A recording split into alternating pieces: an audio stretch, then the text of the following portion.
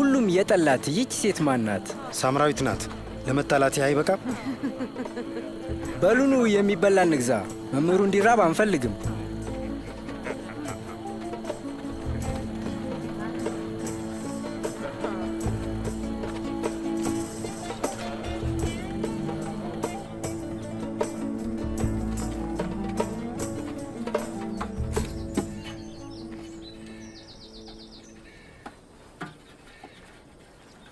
ውሃ ልታጠጪኝ ትችያለሽ? አንተ አይሁዳዊ ነህ፣ እኔ ሳምራዊት ሴት ነኝ። ውሃ ጠጪኝ ብለህ እንዴት ትጠይቀኛለህ? የእግዚአብሔርን ስጦታና ውሃ ጠጪኝ የሚልሽ ማን እንደሆነ ብታውቂ ኖሮ አንቺ ትጠይቂው ነበር፣ እርሱም የሕይወትን ውሃ ይሰጥሽ ነበር። ጌታዬ፣ ጉድጓዱ ጥልቅ ነው፣ ውሃ የምትቀዳበትም የለህም። ታዲያ ውሃውን ከየት ታመጣለህ? ይህን ጉድጓድ የሰጠን አባታችን ያዕቆብ ነው። እርሱ የእርሱ ልጆችና መንጋው ሁሉ ከዚህ ጠጡ። መቼም ከያዕቆብ እበልጣለሁ አትልም። ትበልጣለህን? ከዚህ ውሃ የሚጠጣ ሁሉ ደግሞ መጠማቱ አይቀርም። እኔ ከምሰጠው ውሃ የሚጠጣ ግን ሁለተኛ አይጠማም። እኔ የምሰጣቸው ውሃ ከውስጣቸው ለዘላለም የሚመነጭ የሕይወት ውሃ ምንጭ ይሆናል። ጌታዬ፣ ይህን ውሃ ስጠኝ፣ ከዚያም ሁለተኛ አልጠማም። ውሃ ለመቅዳትም ወደዚህ መምጣት አያስፈልገኝም። ሂጂና ባልሽን ጥሪ፣ ተመልሰሽም ነይ። እኔ ባል የለኝም። ባል የለኝም በማለትሽ እውነቱን ተናገርሽ። 5 ባሎች ነበሩሽ። አሁን ካንቺ ጋር ያለው ባልሽ አይደለም። እውነቱን ነግረሽኛል። ጌታ ሆይ፣ ነብይ ሳትሆን አትቀርም። ሳምራውያን አባቶቼ ለእግዚአብሔር በዚህ ተራራ ላይ ሰገዱ። እናንተ አይሁዳውያን እግዚአብሔርን ልናመልክ የሚገባን በኢየሩሳሌም ነው ትላላችሁ። አንቺ ሴት እመኚኝ፣ ለአብ በዚህ ተራራም ሆነ በኢየሩሳሌም የማትሰግዱበት ዘመን ይመጣል። እናንተ ሳምራውያን ልታመልኩት የሚገባችሁን በእርግጥ አታውቁም። ጊዜ እየመጣ ነው፣ ደግሞም መጥቷል።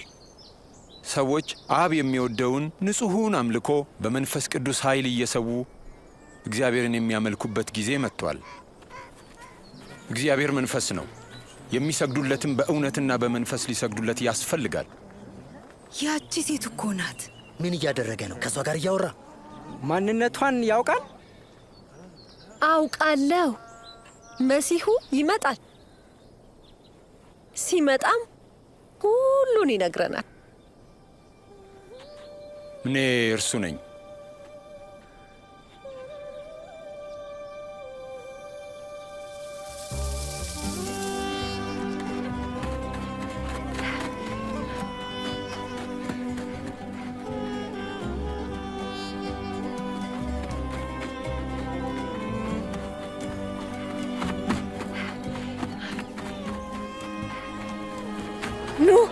ኑና የሰራሁትን ሁሉ የነገረኝን ሰው እዩት።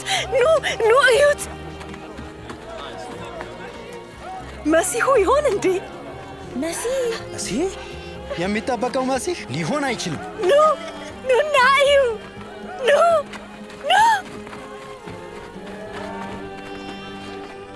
ጌታ ሆይ፣ እባክህ የሆነ ነገር ቀመስ። እናንተም ማታውቁት የምበላው ምግብ አለኝ። የሚበላውን ሰው አምጥቶለት ይሆን? የእኔስ መብል የላከኝን ፈቃድ አደርግ ዘንድ የሰጠኝንም ሥራ እፈጽም ዘንድ ነው። አዝመራው ነጥቷል፣ ላጨዳም ደርሷል።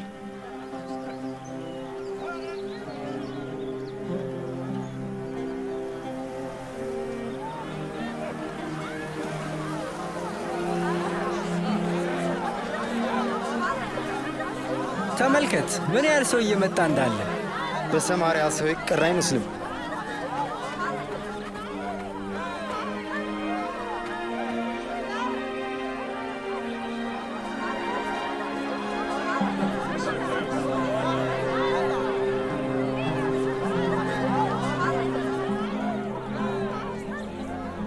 የሰማርያ ሰዎችም ወደ እርሱ መጥተው ከእርሱ ጋር እንዲቆዩና እንዲያስተምራቸው ለመኑት።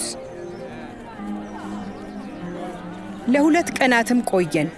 ብዙ ሳምራውያንም በእርሱ አመኑ። ከእናንተ ማን ነው ተጨንቆ በቁመቱ ላይ 1 ክንድ የሚጨምር? እንግዲህ ትንሹን ነገር እንኳ የማትችሉ ከሆናችሁ